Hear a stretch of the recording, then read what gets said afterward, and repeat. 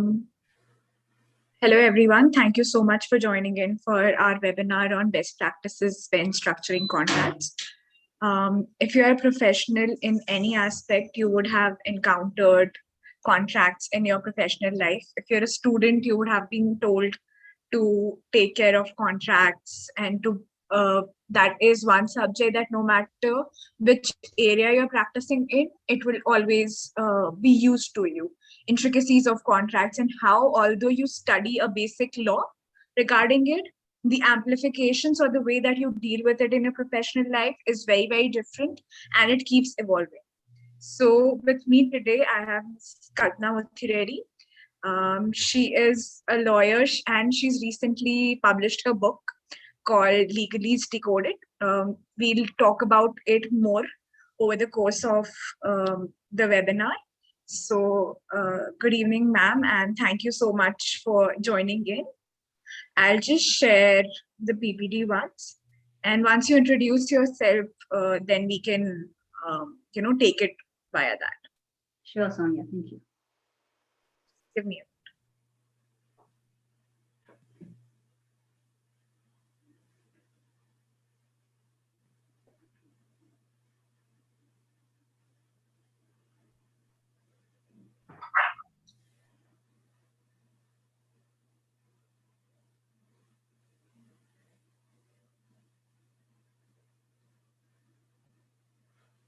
Ma'am, you can start. All right. Thank you, Sonia. Hi, everybody. I'm Kalpana. And today I'll be sharing with you how you can structure your contracts in a way that you can maximize your business potential and minimize legal and contractual risk. Crafting a contract calls for subject matter expertise, drafting skills, and following certain processes that give you better results than otherwise. One of those processes is best practices.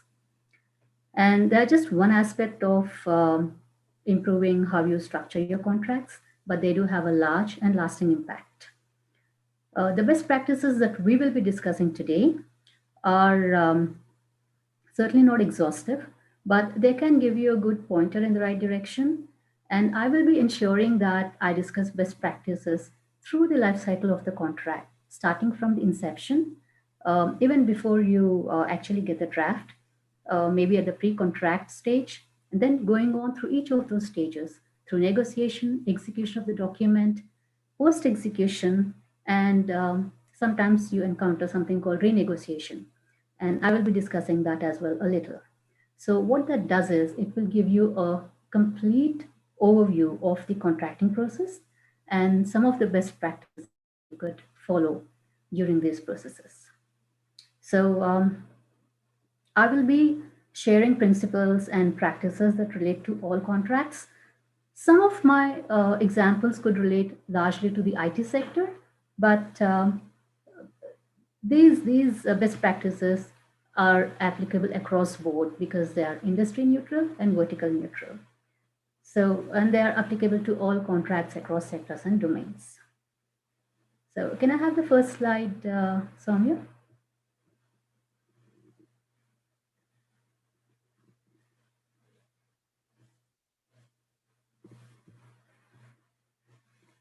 Soumya, can we have the first slide?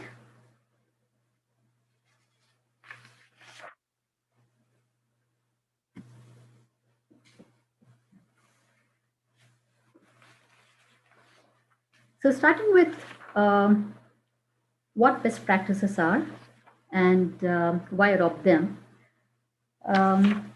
If you look at the definition of best practices, you will find that it's the preferred way of doing things in a given industry or activity because it's the most efficient way of doing it, resulting in the most effective outcome. Sometimes, such as in a highly regulated industry, such as the healthcare industry or the financial sector industry, you will find that the industries themselves are highly regulated and certain best practices are mandated by the governing authorities. So some other industries are more laid back and you just have preferred or best practices that are good to have and follow, not necessarily because they are mandated by the authorities. So in today's discussion, we will look at what best practices are, why they're required, how to leverage them to your benefit in an organization, incorporating best practices through different stages that I just mentioned, and then common mistakes that you might commit when crafting contracts, and certain clauses that have come into focus today as a fallout of the pandemic. And then end up with a quick summing up of what we just discussed in this session.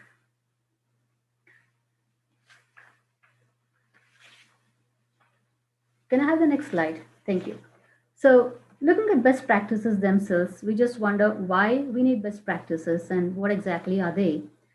As I just mentioned, they are simply adopted because they produce superior results as compared to other ways of doing the same thing. So when you incorporate best practices, you will have a contract as per your requirements with terms that you are comfortable with, and you will not end up with costs or obligations that you did not expect. But more importantly, you avoid inadvertent breach of the contract, industry requirements, or general compliance requirements. And following best practices, simply put, will not only give you superior results, but will also help you avoid pitfalls that mark most failed contracts, such as discontinued projects, losses arising from penalties, claims for breach, or sometimes litigation. So now that we know why they're important and how we can use them, the next thing is, how do you leverage best practices to your benefit? There are certain tangibles to tangible advantages to an organization when it incorporates best practices. Like I said a little while ago, there are certain industries like the healthcare and the financial sector where best practices are mandated by the government or the governing authorities. So you have no option but to follow them. Certain other industries which are more laid back, or there's a lot more freedom and leeway for the parties to either follow them or not, you will have a distinct advantage if you follow the best practices, simply because you're doing the best way of doing something, and as a result, avoiding definitely avoiding the pitfalls like I just mentioned. But by doing that, you're automatically putting yourself a step above your competitors in the market. So that's one distinct advantage you would have. So what are those advantages and tangible benefits that an organization would have? Well, besides driving efficiencies and preferred outcomes, best practices ensure cost and time saving. They improve the core competencies of your employees as they avoid mistakes and learn to perform tasks much more efficiently with lesser effort. And they help create a culture of enhanced or improved way of executing a project. When you build an internal storehouse of knowledge, something they can refer to time and again, and there's a technical know-how which they can use as an international or internal based standard, as it keeps the teams updated on the latest policies, practices, and compliances. It also helps to identify current gaps in knowledge and fill them. And of course, a good advantage is it will help prevent you from reinventing the wheel to achieve your goals with relatively less effort and fewer mistakes, because the best practices are already there and you just don't have to do anything beyond simply following them. Can I have the next?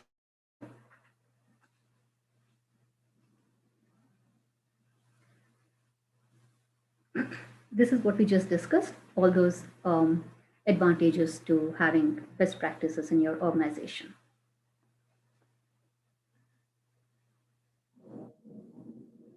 Moving on to the next topic, that would be incorporating best practices through the different stages of the contracting process.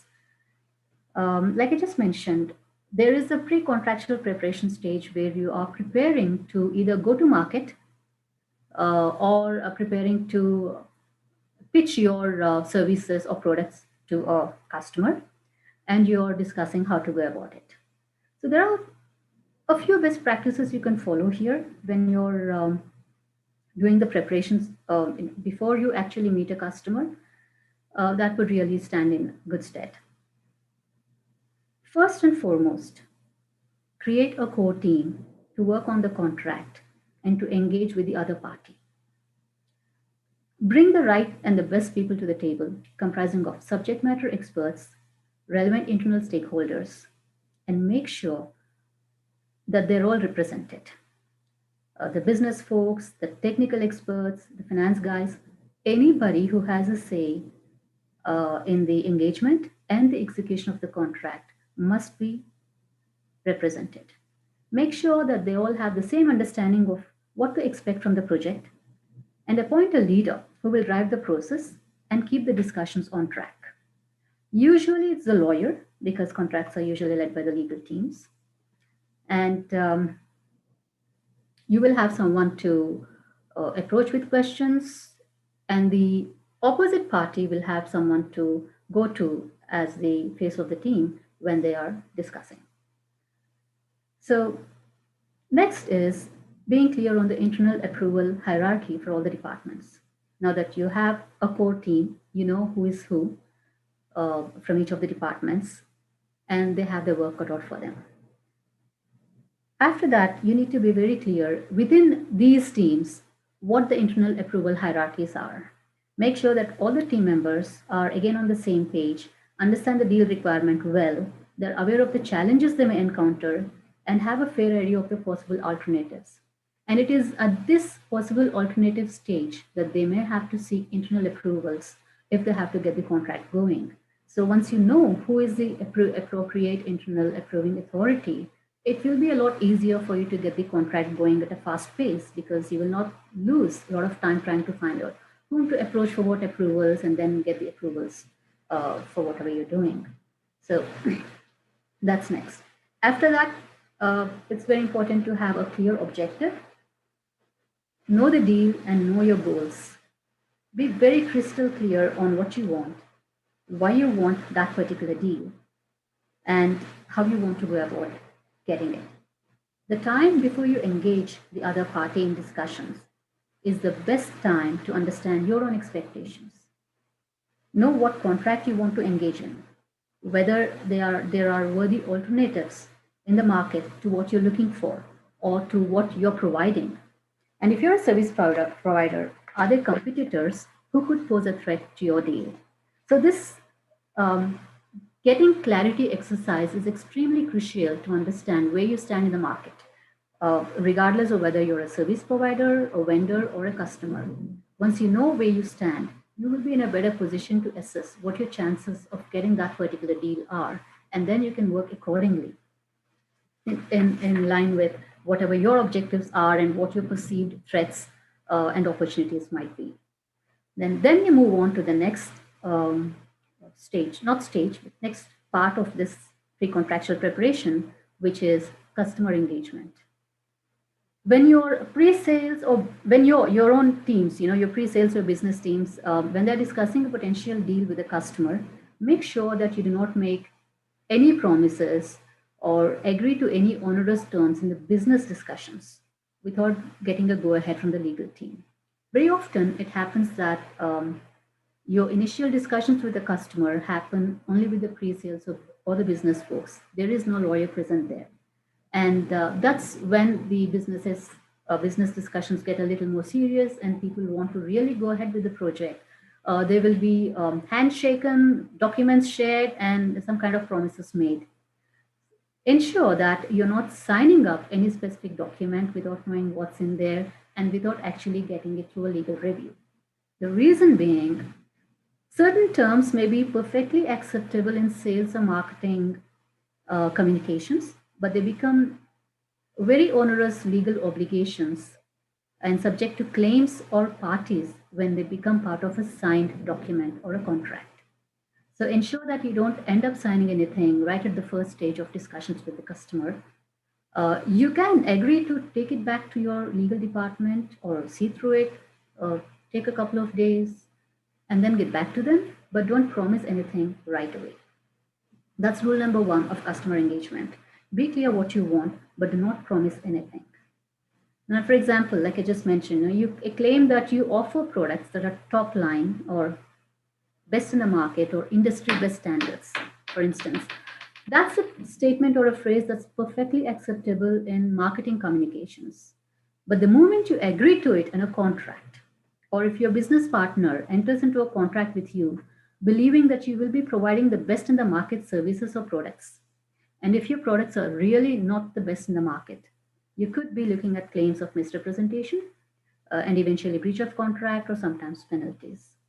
So when you're engaged in customer discussions, do not sign off any document without a review or make any such promises based on which your customer could be induced to enter the agreement. Now, all these will help you build your strategy, engage the right resources, and be prepared for any eventualities. That's as far as the pre-contractual preparations are concerned and the best practices involved at this stage. Next, we come to the contract review stage. Now, at the contract review stage, you are here, you have already won the deal or you have chosen the service provider, as the case may be, but that stage brings its own set of challenges again. This is, I would say, the meat of the discussion for a lawyer or somebody who's reviewing the document.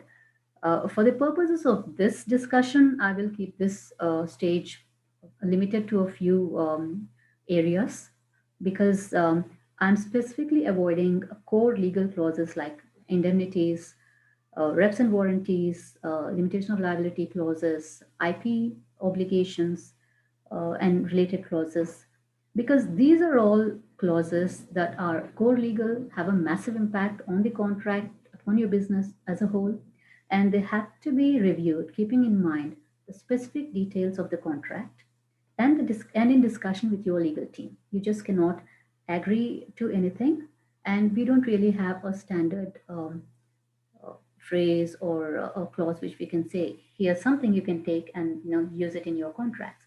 These are things that need to be absolutely clearly reviewed, discussed, and finalized before you can agree to it, which is why I'm keeping them out of the discussion for today. But there are a good number of other practices, clauses, and aspects of the contract review itself, which I think can greatly benefit with following some practices. I will start with what we call no-brainers. These are practices that are so simple that they don't need mentioning, but because they're so apparent, sometimes they tend to get overseen. I will start with the very simple one of getting all the legal names of all contracting parties correct and accurate. What happens is sometimes with businesses, there may be a common and shortened name in use, or the same flagship company will have different names based on region and businesses for the sake of convenience. But the actual legal name must be used in documents. So try and find out what the actual name is. It's not really difficult because the actual legal name is what's being in use. If you're working with a business division, make sure you're using the proper legal name and not the business division. So ensure you have the correct name and the identity of the contracting party and use them on the documents. Next, you get the correct signatories to sign the document. Usually in large corporations, certain personnel have the authority to sign off certain documents. These are documents ranging from NDAs to complex master service agreements. Be certain that you're getting the contract signed by the proper signatory so that you avoid legal issues later on. Then make sure that all documents, unless they are 100% technical, make sure that they are reviewed by the legal team. It's important to recognize when legal inputs are required in a document because most of the contract, the core contract that we're talking about, which has the recitals and the signatories, are consisting of legal terms. But there are a lot of documents which are referenced to in the contract, such as the statements of work, certain technical specifications. If there are certain assignments or certain specific software that's being used, there's reference to that software.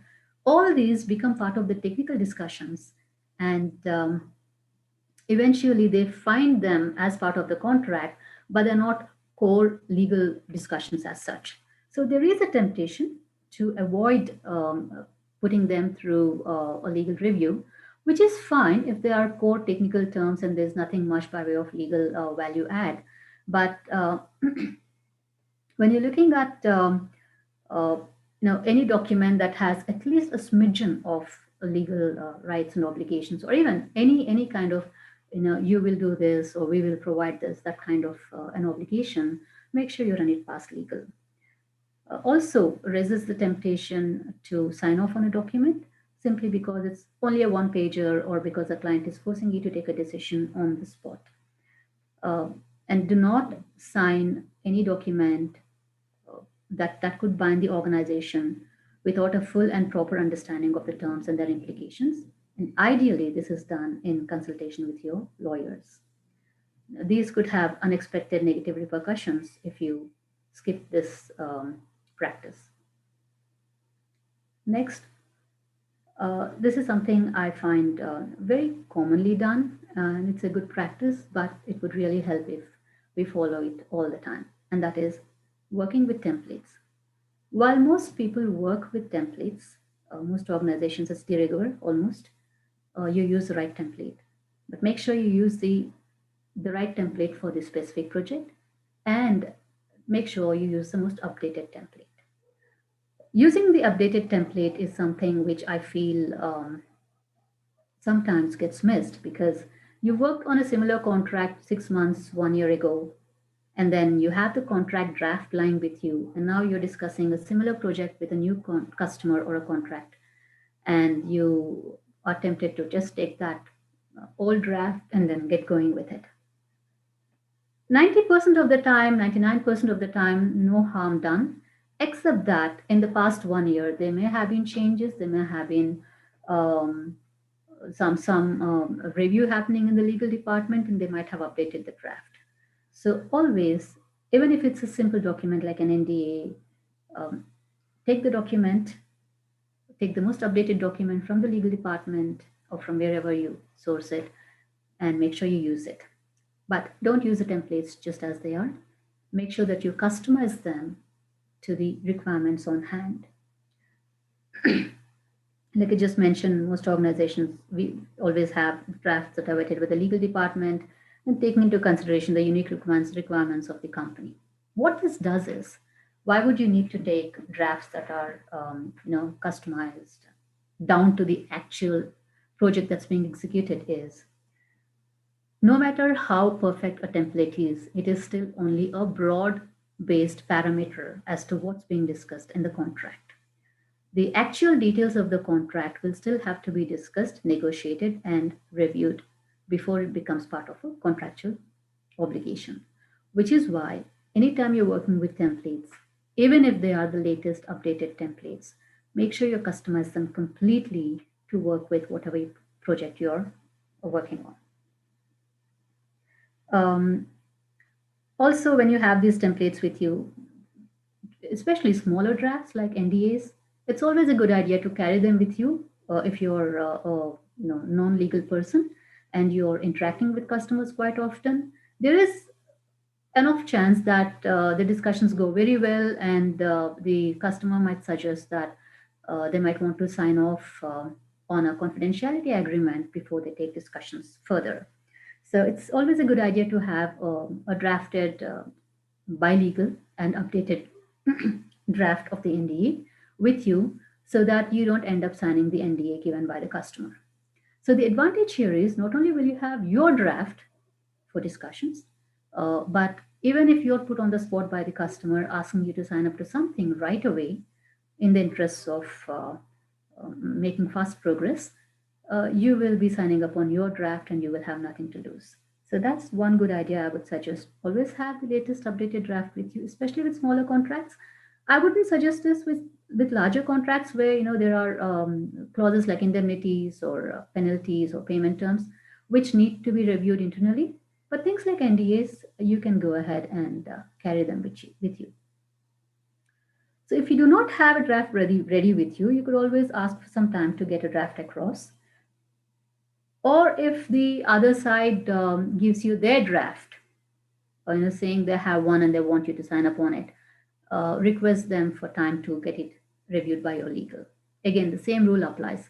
No matter what draft it is, no matter how small or how large document is, always make sure that you run it past your legal. Unless, of course, it's already been reviewed by your legal and has been permitted for use. The next is after you're working with templates. Now you have a template in place, you're going ahead with the contract. The next thing is assume your risks well. What does that mean? Simply means make sure that all important aspects of the contract and the risks associated with the contract are taken into account. You do know what you will get when the contract comes into play. You do know what your expenses and costs will be to get the service or product, and what you're willing to give in terms of maybe payments, or in terms of other expenses to get that service or product. That's when the contract goes well and is successfully executed. So what happens if the contract fails? You must know what's the worst that can happen to you if the contract falls through, or there's a major failure with regards to getting the contract done. It's not just the loss of business that you should be looking at, but also look for loss of future business, industry goodwill, and claims, and just about anything that could impact you negatively. So that's where sometimes we try to assess the risk of a contract before you put the contract out for review and sign up on it. It's not simply the value of the contract that we're looking at. We are looking at naturally the liabilities associated with the contract in terms of financial obligations, but these are the intangibles that you could be looking at if you're not careful, and they could be just as devastating to your contract, project, as well as your organization if you're not careful about them. So very, very important to assume your risks well. Don't assume you know your risks. A word of caution here. Just be very clear what your risks are. Make a note of them. You have your core team in place. Discuss with them. Identify what could go wrong. What's the worst case scenario? And then go ahead and you will know where you stand and proceed with the drafting or review of the contract. Again, when you're reviewing a contract itself, don't assume anything. You need to understand the contract deal to its most basic level. Clarity on what you're trying to get from this contract will determine how successful you will be in achieving your target. Get comfortable with every single clause in the draft and the reason for having it in the draft. And this is where you're getting a congruent contract, because not only do you know what you want, not only are you using the most relevant and the most updated document, but you're ensuring that there is congruence between what you want and what's in the document. So ensure that everything you want is put in the document. Do not assume anything and do not avoid anything. So there's sometimes a tendency to avoid putting in a certain clause because we feel being silent on that clause can kind of give us a, passing under the scanner kind of an advantage. Sometimes it may work, but most often it tends to backfire. So try not to avoid anything. Instead, I would suggest look for potential areas of conflict. This is very vital because things can get overlooked when the contract is proceeding well, but they become sticking points when disagreements or disputes occur. Consider what if and worst case scenarios and flush out potential issues. Tackle them head on right away, and you have practically avoided major potential disputes. So that's what I mean when I say assume your risks well, because you are very clear as to what risk you're taking with the contract, and then you're preparing yourself well for it. Next comes statements of work. These are, as we all know, technical parts of contract and discuss technical specifications, milestones, timelines, use of a specific third-party software, use of open source software sometimes, use of a third-party IP, execution, and other non-legal aspects of the project. Usually, but not always, they are the prerogative of the delivery and the technical teams and other teams, and they contain largely non-legal terms. However, most SOWs contain at least a few rights and obligations. For example, things like payment dates, what happens if there's a late payment, charges for late payment, or penalties for missed milestones and obligations, bonus credits, or then there are things like inclusions, exclusions, and certain other aspects which are not entirely technical, but where the legal could weigh in and come in with their 2 cents on how to proceed with these aspects of the project. So unless the SOW is 100% technical document which has nothing but pure technical specifications, numbers, figures, things like that, I would advise not to skip legal review of the SOW itself. And don't forget to get it reviewed by the concerned technical experts also, because that's where the obligation lies with regards to an SOW. You make sure you run it past the technical folks and then past the legal department. And another important aspect I would refer to here is make sure that the terms of the SOW or any other technical document you're talking about is in line with the terms of the contract. For instance, if talking of milestones or payment terms, some of it will be discussed in the statement of work as to how the project will be executed, and it will also be a part of the main contract. So make sure that they are exact or similar and they are not contradicting each other. So moving on, taking this discussion forward, this is where and this is how we eliminate inconsistencies in the draft. Besides making sure that the statements of work and the NDAs and other documents relating to the contract are in line with the terms of the main contract, ensure that they do not contradict each other. It's extremely important to ensure that anything you say in the SOW may vary a little from the contract, because the contract is the overall document which sets out the larger rights and obligations.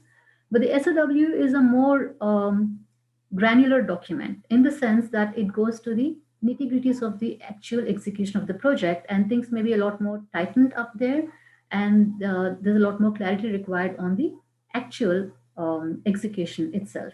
So, for example, let us say we're talking of milestones, and there's something that says the project which is broken up into 2 phases. Just give an example here. We have a project for, let us say, data migration.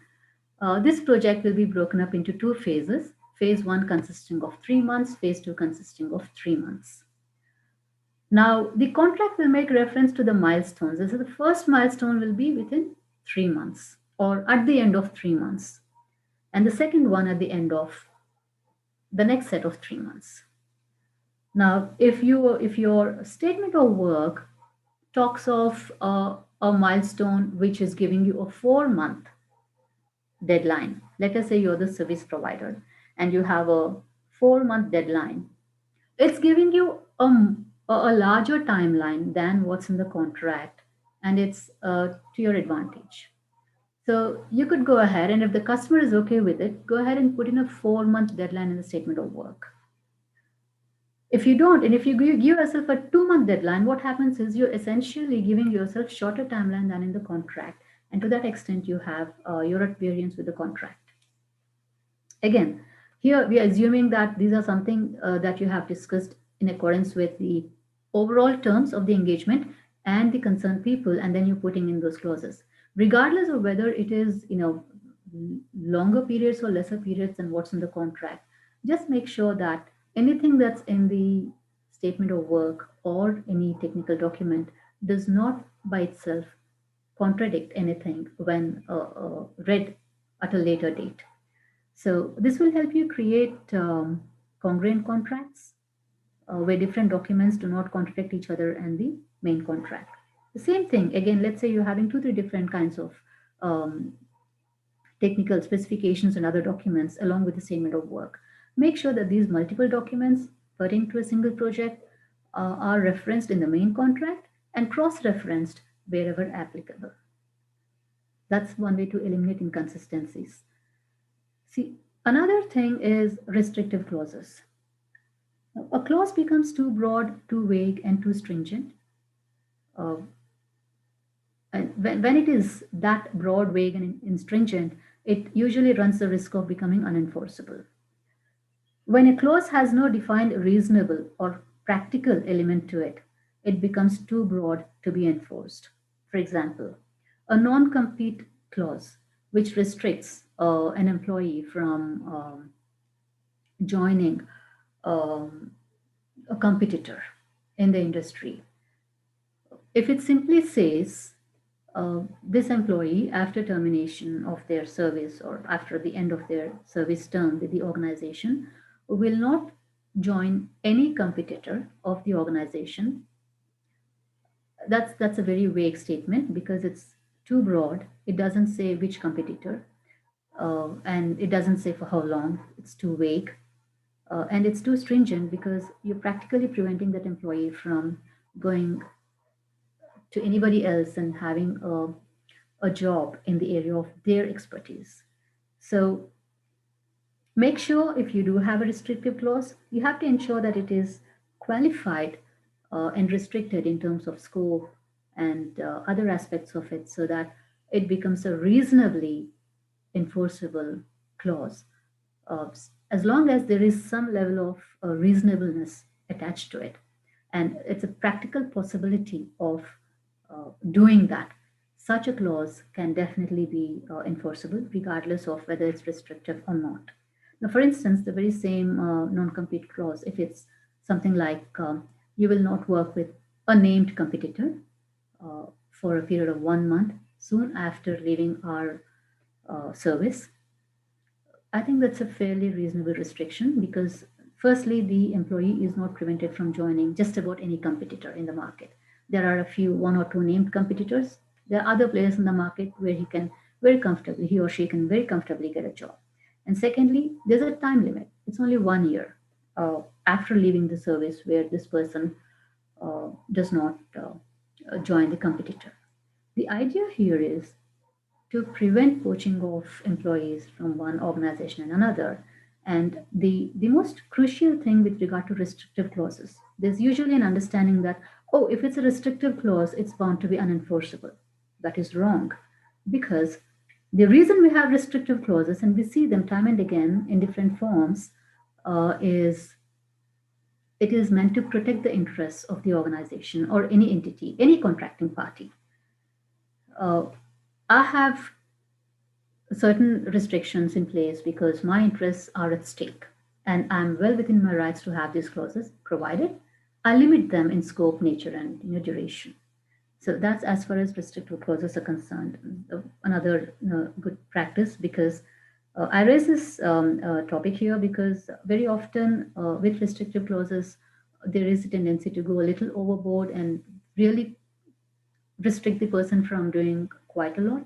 That would kind of move into the territory of unenforceable. So be a little wary of how you structure these clauses, and you should be comfortable with having them in the contracts. So this is as far as some of the best practices in contract review are concerned. Again, like I said, these are broad-based practical practices, not necessarily core legal terms. And I explained to you just a little while ago why we will not be discussing them. And they have to be done in association and in discussion with the lawyers. So moving on to the next slide, that's best practices in negotiation. Can we have the next slide, Soumya? I've done the next slide. Thank you. So here, first and foremost, when it comes to negotiation, you need to know what you want from the deal. Equally important is being aware of suitable alternatives to the deal that you have on hand. In negotiation parlance, we have something called the BATNA, which is the short form of the best possible alternative to the negotiated agreement. What it means is any given agreement, no matter who you are, which side of the party or which side of the negotiation table you are, you come with certain requirements to the table, you come with certain expectations to the table and certain leverages. The leverages are what we call the alternatives that you could have that will help you negotiate your way through the contract to successful completion. Now, even if you have no alternative to the deal, under discussion, you will still know what the walkaway point is. For example, let's say you're a service provider providing a certain app, you know, which has large applications all over, and you're asking your service provider to build that app for you. Now, as a customer, your app is, if it's one of a kind, you will know that there is nobody else in the market who can who has the idea of this app. That right there is a leverage. You can really dictate your terms to whoever is providing the service. Now, if you're the service provider and you're the only one in the market who is able to create that app, keeping it very simple and giving a very simplistic example, if you have the skills to provide, create that app, and you're the only one in the market, you will know that the customer cannot go to anybody else. Let us say the best alternative is you're the only one in the market and there's nobody else. Or let us say there is a similar requirement from another customer, and this customer is pricing, or is getting too restricted in terms of pricing. So your best alternative in this case would be, if you have the ability to create this app, you're just as good at creating any other app, and there are any number of customers in the market who would want your skills. Since you're the only one in the market, your best alternative is, if not this customer, the other customer. Now, if you're the customer, you have come to this person with the app, what is your best alternative? It could be something like, you're the only one with this idea for an app. It's something that's going to be a game changer. And if the service provider provides you that app, the kind of expertise they will be able to gain working on this app will really help them in the market. So you're the only person in the market who can give them this kind of experience with working on the app. So what we are looking at is two perspectives to the same agreement, one from the customer's perspective and one from the supplier's perspective. Now, chances are that only the supplier could have the best alternative. He has other customers. The customer may not have another supplier with the kind of skills to create this app. So it's okay. The supplier in this case has a partner, a best alternative, other customers. The customer doesn't really have an alternative. That's perfectly fine. In this case, you will know the walkaway point. You know there's this only creator in the market who can create the app to your requirement. You will also know how much you can spend, what is the risk you can take, and other related obligations you're willing to take on to get this app into the market. But there comes a time or a stage in the negotiation or in the project itself where you find it will no longer serve your purpose to proceed with the engagement. So that is your walkaway point. So what knowing your partner does is, it helps you identify not only your leverage, your alternatives, it will also help you identify where you can stop and walk away and turn away from the contract. This is the stage at which your deal will get counterproductive and may not be worth pursuing. So why is this a best practice? Well, unless you know what you're negotiating for and the walkaway point, you will not be able to leverage your partner or gain an advantage in the negotiation, or simply you will not be able to have the contract the way you want it. So the more alternatives you have, the stronger your negotiation leverage. So that's as far as understanding your alternatives and leveraging them is concerned. So the next thing is having defined negotiation frameworks in place. Now that you understand what the contract is, what you want, you have a defined negotiation framework. So what's a defined negotiation framework?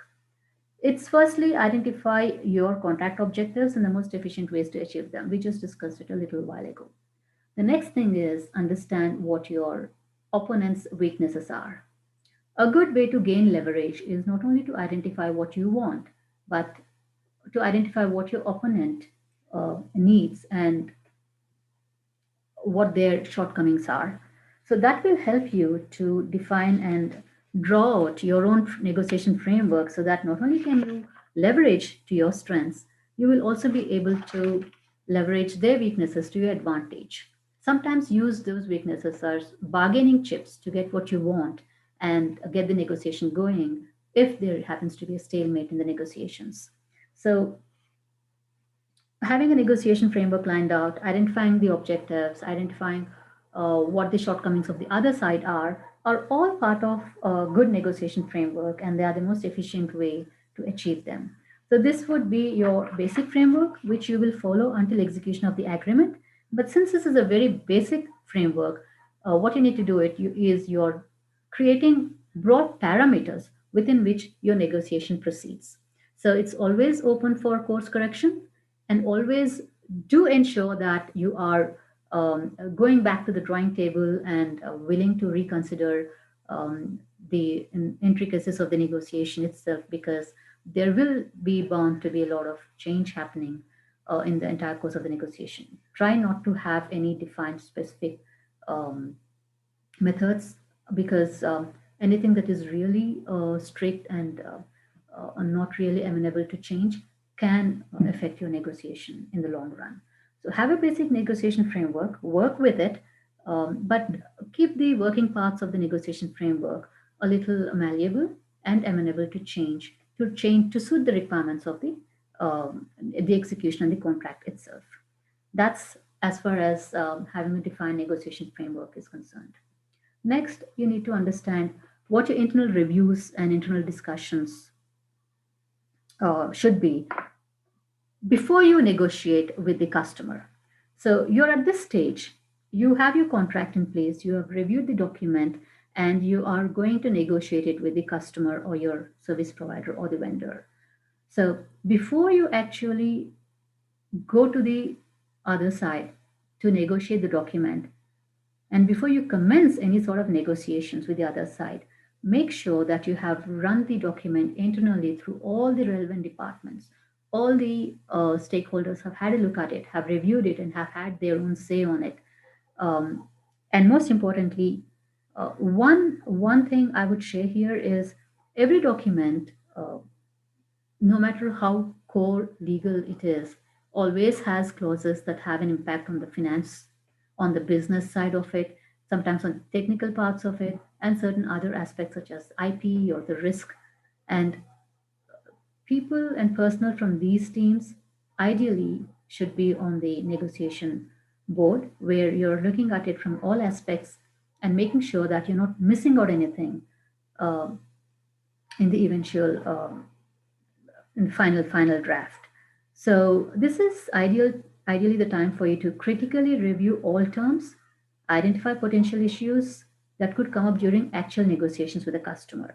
Have a couple of dry runs with the internal stakeholders. Play the devil's advocate if you must, but go through every single clause, every single term, and every single obligation or right that's being discussed there, and make sure there's a reason you're putting it in there. Make sure you understand why they are there. If there is no clarity, try to get the clarity. If it's unambiguous, remove it.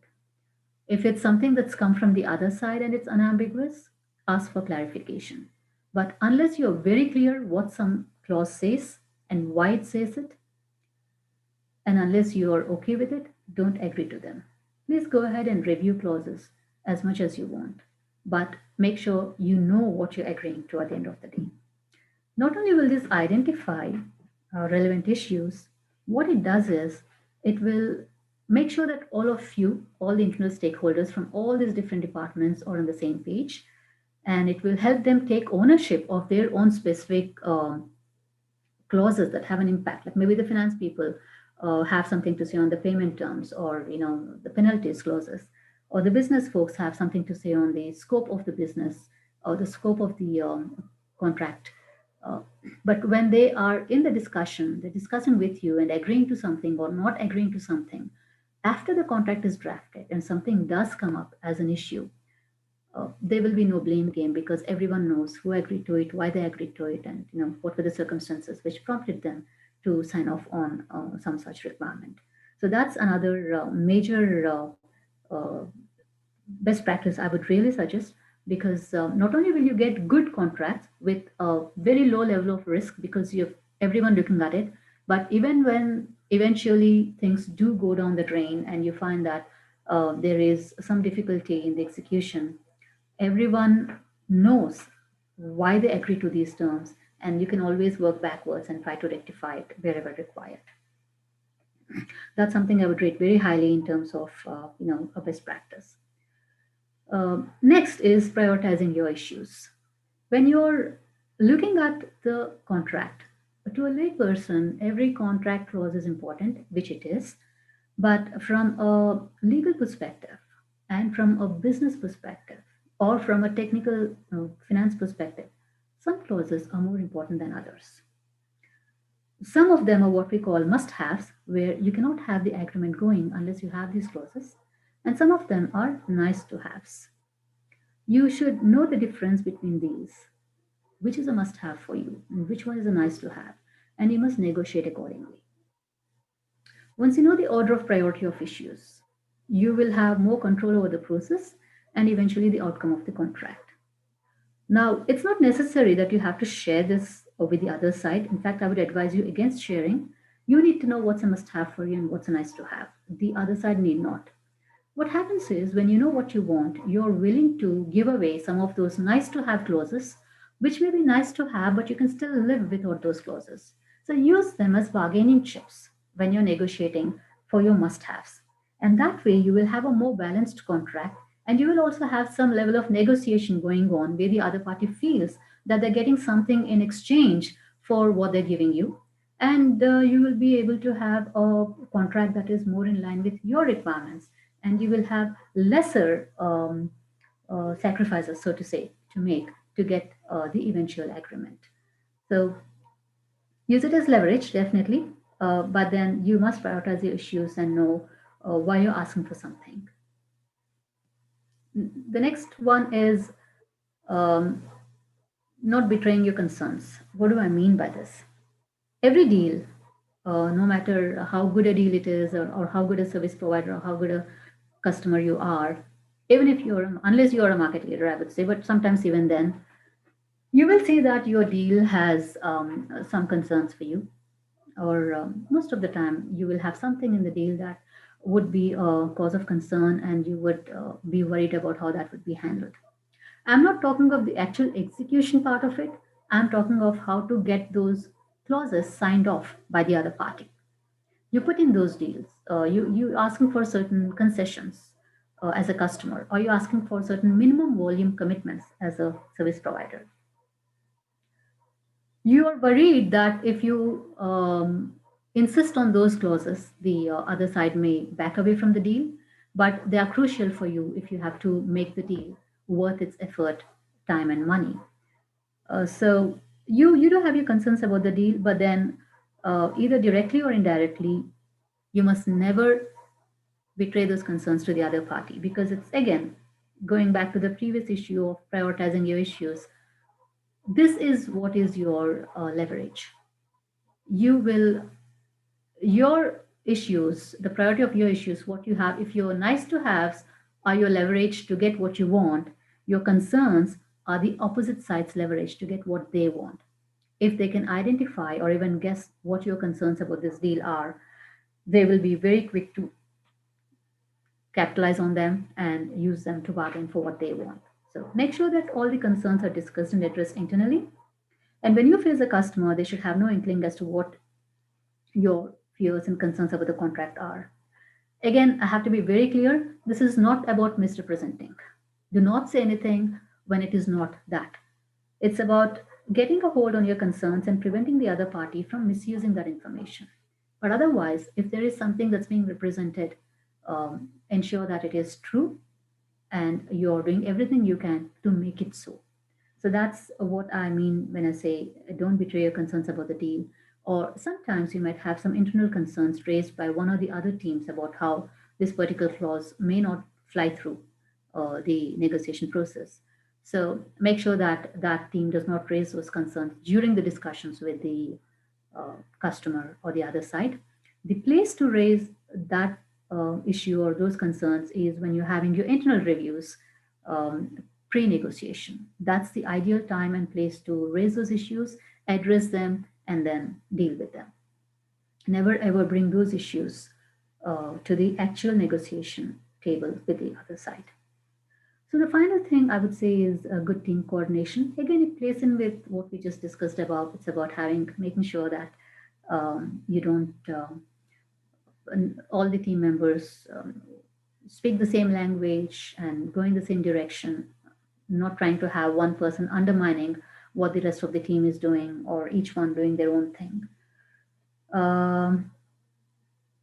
If you're not sure about something, the best thing is to have a strategy about it and keep quiet about it. Wait for the customer to raise it. Again, this is not in keeping with misrepresentation. It is about simple terms of the contract where you have a concern, you want to know how the customer will respond. Wait for the customer to raise it and then see how they handle it. So the best thing is no strategy or preparation will help if the team does not work as one. Do not betray your internal skirmishes. What I mean is, again, you have internal concerns, somebody says something else, yet somebody else says quite something else, and they don't quite mesh. That's fine. Keep it within the team. When you're presenting your discussions to the other party, make sure that you're all on the same page and then you're doing what needs to be done. That's as far as these are concerned. So have an agenda, have the owners for specific clauses, and stick to that. A shrewd opponent can always exploit these to their advantage. Don't give them the chance. Now, moving on to the next one as to post-execution of contract. Now that we have the contract in place, we move to the next set of best practices that can realize the full potential of the contract. These are quickly run through them. I have about 4 issues or points which will really help us. One is make sure that you have the add the draft to the centralized contract repository along with all related documents such as the NDAs, SOWs, addenda, and every document that relates to the contract, where you will not only have access to it anytime during the contract, but will also prevent loss of documents and creation of duplicate documents in case you want to retrieve them later on. When you have all documents in one place and access them, you can maintain consistent and congruent terms across the entire contract. Same thing as we discussed, make sure that all terms in a contract are congruent, and make sure all similar contracts are also congruent, because then you can refer back to a similar contract and see how you dealt with it with a certain issue in that contract, and then maybe try and replicate that in an upcoming contract. Again, ensure that the essential terms and obligations of the contract percolate down to the technical teams working on the execution of the project. If they're aware of specific obligations under the contract, there will be a little to zero chance of any breach of the terms, especially things like penalties for missed deadlines, missed obligations, or recurring obligations. Thirdly, as far as possible, create a database of important draft templates and clauses, and ensure that these are reviewed by legal. Having ready-to-use templates with updated clauses will help you save time as well as avoid complications that may arise from using non-reviewed and generic drafts. Measure contract compliance and performance and identify how the compliance requirements are met. This will help you to manage your costs, service levels, and obligations, which eventually lead to better contract utilization. So moving on to the next part of it, which is renegotiation.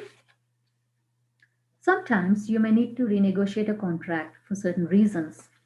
Could be any number of reasons. Most common ones are expiration of the contract term, performance-related conditions, market changes, change in laws, etc. A few practices which will help you resolve pending issues and also leverage any advantage could be, firstly, anticipate and be prepared for renegotiation. Except in the most rarest of cases, most contracts exhibit signs that a renegotiation is in order. Time is an advantage, especially with end of term contract negotiation, because you know the timelines and can prepare accordingly. Take note of the possible areas of concern and prepare well ahead of time, preferably a few quarters before the actual contract term ends. By the time the contract duration ends, you should have a well negotiated contract signed and ready to go. And if by chance you're unable to negotiate to satisfactory terms, you should have ample time to reconsider other options or consider new options. So moving on then to internal consensus.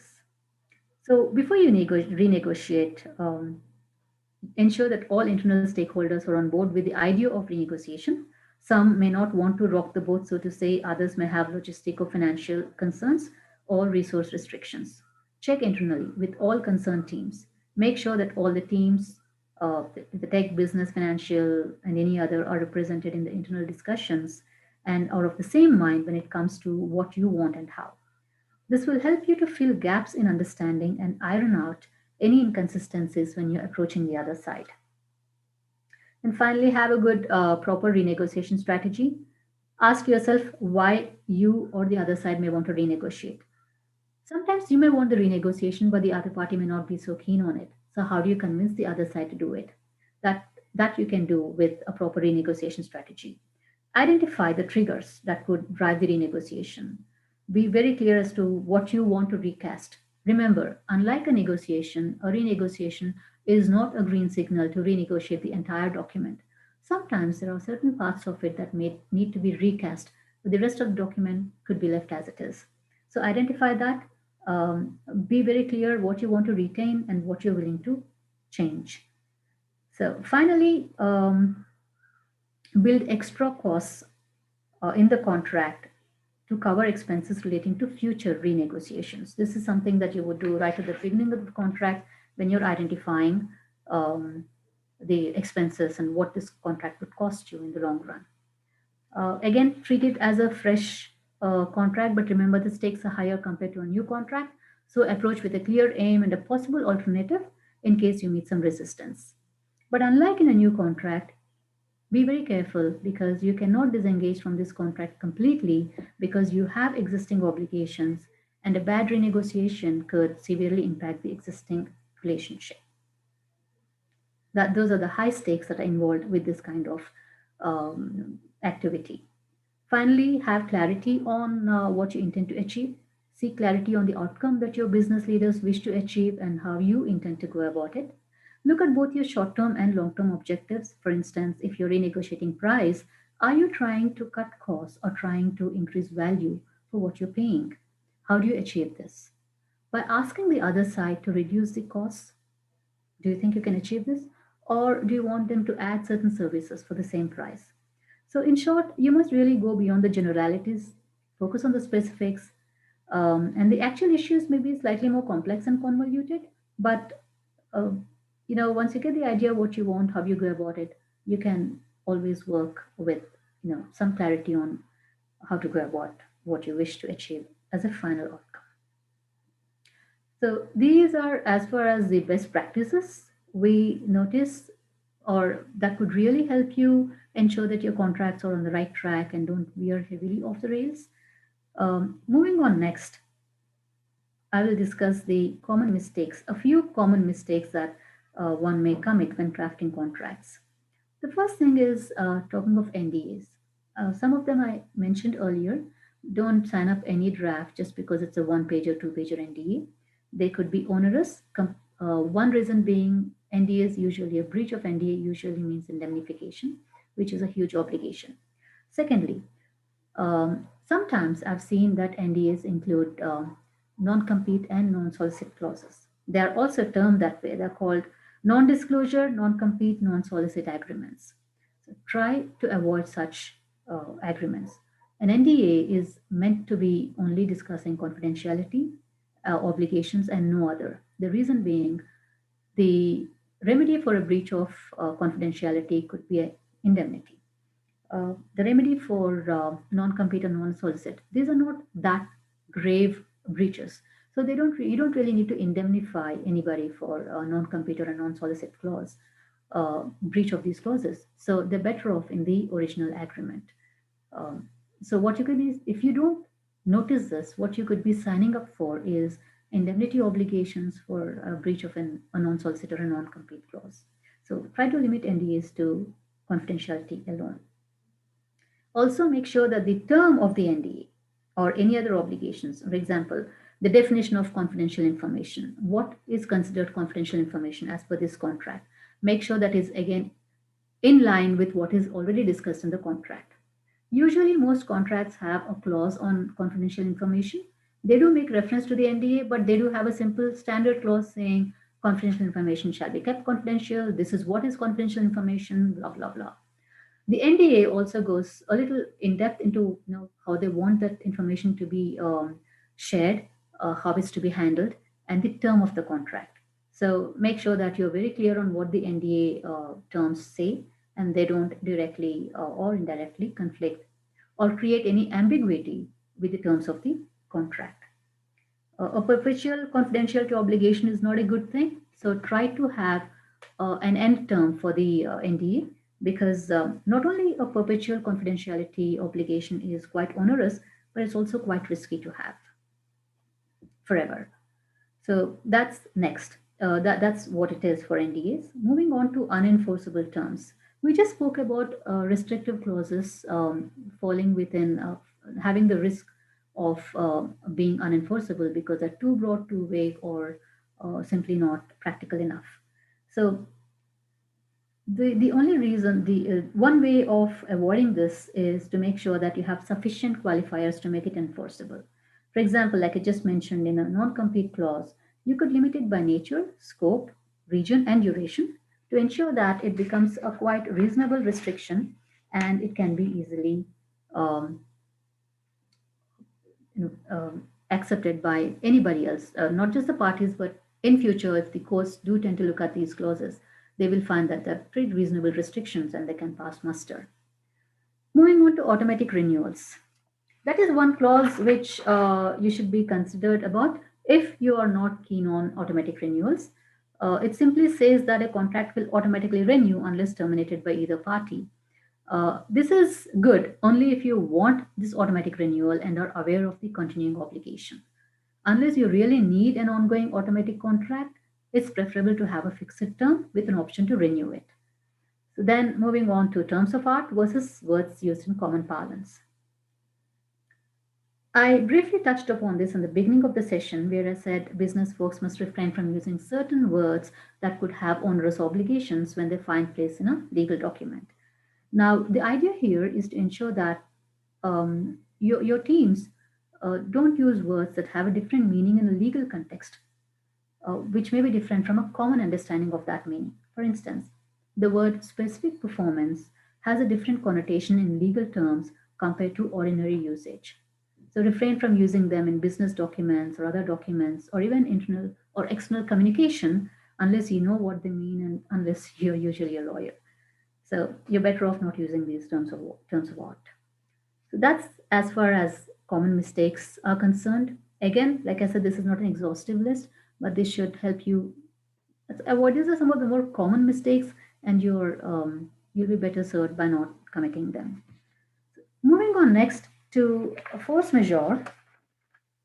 This is something that has come into sharp focus as a result of the current pandemic we're all facing. This has, apart from force majeure, we have a few clauses that are being looked at um, from with a lot of interest. So these clauses, especially force majeure, seemed a perfunctory clause during stable times, but now it's a subject matter of discussion everywhere.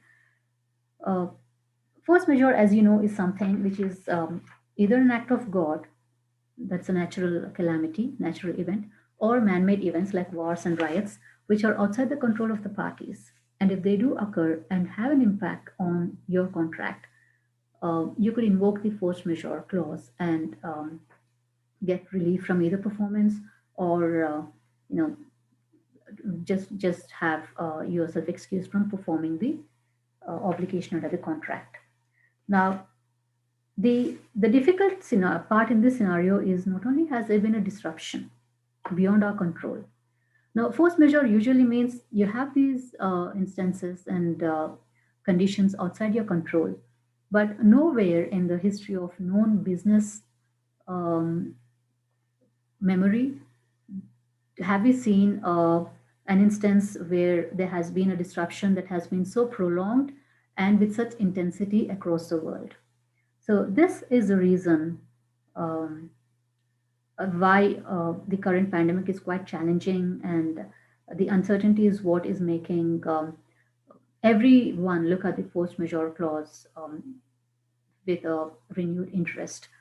So what happens if you don't have a force majeure clause in your contract? Can you still get relief given the circumstances? Under the Indian Contracts Act, if you don't have a force majeure clause, you can go ahead and invoke the doctrine of frustration under Section 56 of the Act, where you can, again, claim relief and sometimes claim parts of the contract or the entire contract void, depending on the facts and circumstances.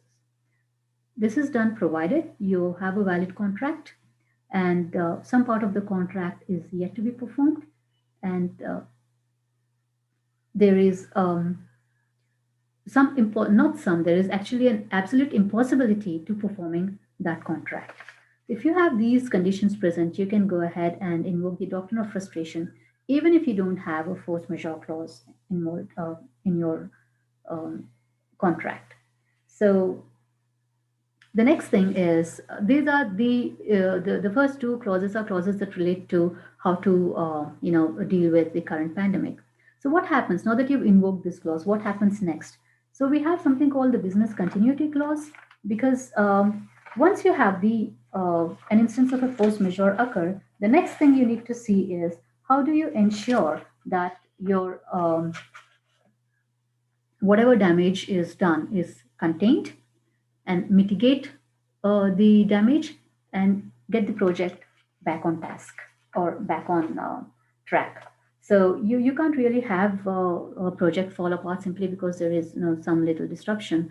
The idea is to ensure that the business continues as we proceed with the condition, especially very crucial today because we have a prolonged instance of force majeure. So a good business plan is designed to help an organization prevent, preempt, and recover from threats to the bottom line as well as to the very existence of the organization. So you need to make sure to protect the business interests, the personnel, the people working with the entity, and the assets of the business. So you need to contain, mitigate, and get the project back on track. So how do you do that? So the best way to do it is make sure that you have a disaster recovery plan. So what is a disaster recovery plan? If a business continuity plan is a strategy for getting the business back on track, the disaster recovery plan is how you achieve that strategy. It's that strategy in action. It specifies in detail how exactly the recovery will be made in the aftermath, and going forward, it may be worth to draw up a ready to implement disaster recovery plan that can ensure continuation of services in the event of an adverse situation. Again, they are not meant only for events of force majeure. They have come into focus because of the current pandemic, but they are just as helpful and necessary in events of a breakdown, a massive outage, or even a severe breach of the systems. It's a good idea to draw up a business continuity plan and a disaster recovery plan.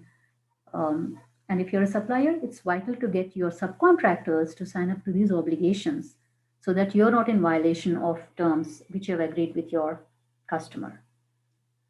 So these are some of the clauses that have come under focus as a fallout of the pandemic. And I hope with this understanding that you have so far, you're better equipped to address the issues that you're facing and hopefully draft better contracts with all this in mind.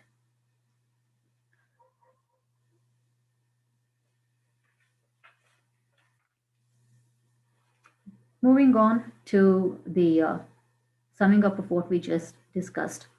Now that we have a good idea as to what you need to do to have a good contract in place, you follow the best practices, and you have a fair idea what to do when things go bad. You have a business recovery plan and the disaster management plan. However, a word of caution with regards to these best practices is best practices are by their very nature meant to be malleable and amenable to change because they are meant to reflect the changing dynamics of your organization, the business, or the industry. The idea of best practices is at any given point of time, they are the best processes and methodologies to be followed taking into account the current scenario, either in the technical business or the industry world. So try not to cast them in stone. Make sure that they are amenable to change and updated. And as long as they're relevant and updated, you can depend on best practices as a good way to ensure that you have contracts that you plan for, and those contracts can successfully go through the entire project until final successful execution. But talking of these best practices, if I can quickly recap what I've just said, the concept of best practices very simply is you're doing what's the best way of doing something, which means there is no other way of doing it better than what you're just doing now. So as I mentioned, how do you go about identifying what are the best practices in a given industry?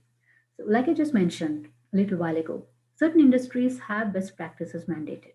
If it's the healthcare industry, you have protocols for treating patients. You have protocols to seek approvals of medicines. Or if it's the financial sector, you have protocols that tell you how to handle your client data, financial data, or personal information. So start with the industry you're in at the macro level, and then go down to the business that you're in. Or what does your business requirement say? What does your customer want? Look at the best ways of doing it there. So you have the macro level, then you come down to the business part of getting the document drafted. And then you come down to the more granular level of the actual contract which you're working on. So you will, as you get down from the macro to the most granular level, you will find that there are many things that you have identified. And as you follow those best practices, you will automatically find that you have eliminated a lot of risks involved in crafting your document, because there are legal risks, the compliance risks, which you have taken care of right at the macro level.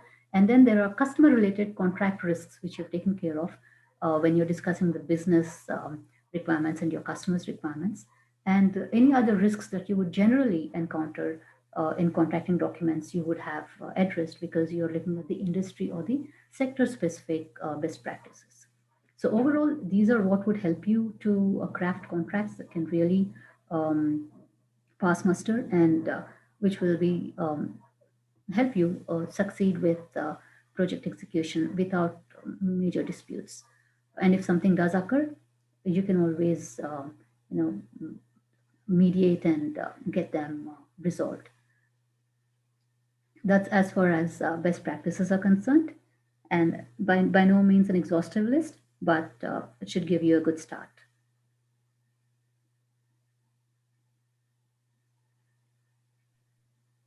Thank you, ma'am, for the presentation. Should we move on to question and answers now? Yes, please. So a combination of the questions that have come in right now, as well as that had come in when we were through the registration process. So the first one is that how do we sensitize the business team about the importance of the provisions of a contract? That's a good question, because often it is the business teams that are starting the discussion with the contract. So I think usually you can start with building a rapport with the business teams, part of which involves having constant communication with them, understand what they want, and understand through them what the customer or the other side wants. And a contract cannot anyway be drafted in isolation. So once you have these inputs, you will not only be aware as to what is required, but the business team will understand that you are with them on this contract, and the support and inputs from them are crucial. So once they realize that they are to a large extent responsible for what's getting into the contract, they will be encouraged to cooperate with you and understand why you want certain inputs, or why you want certain clauses to be added to the contract. So there are clauses which require inputs and decisions from the business teams themselves, and also the subject matter experts. So once they understand that they have a role in how the contract is shaped and it impacts them at the end of the day, I'm sure they'll appreciate the importance of clauses, terms, and provisions in the contract. A good starting point would be explaining to them that the terms are meant to protect their interests, the business interests, and to prevent the contract engagement from failing. And that would also help them to understand the reasons for any resistance that they may have with regard to the terms that you may be suggesting. I hope that helps. Thank you so much, ma'am. A question just came in about how professionals feel that, when they are having a contract with a larger party, they are not in a position to negotiate, as much as they would want to. So how should they take it in that aspect? Yes, yeah, that's sometimes a challenge when you're working with a market leader or somebody who is a stronger party and is able to call the shots, so to say. So I think the first thing would be there are a couple of pointers here that I would like to add. Starting with once you know what you want and where you stand as against your opponent, if I could say that, the other side, you will be clear as to what your side of the negotiation is going to be. But remember one thing, if the stronger party who you admit is a stronger party is coming to you, it means you have something of value. So the best way you can get them on the same page with you is to show them that you're giving them value.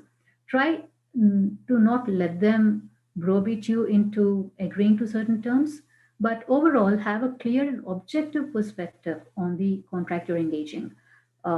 That's what I would say. First of all, know that you're equal players in the deal, even though they try not to make it. Secondly, be clear that you do have something of value and make sure that you identify that to the other side. Chances are they know it as well. It's just that they don't want to admit it. And thirdly, try not to get emotional about the outcome, because at the end of the day, sometimes it does get very difficult if you engage very personally with the contract and with not getting it. uh, Try to keep an emotionally objective perspective on the whole thing, so you will be able to communicate what you want to them.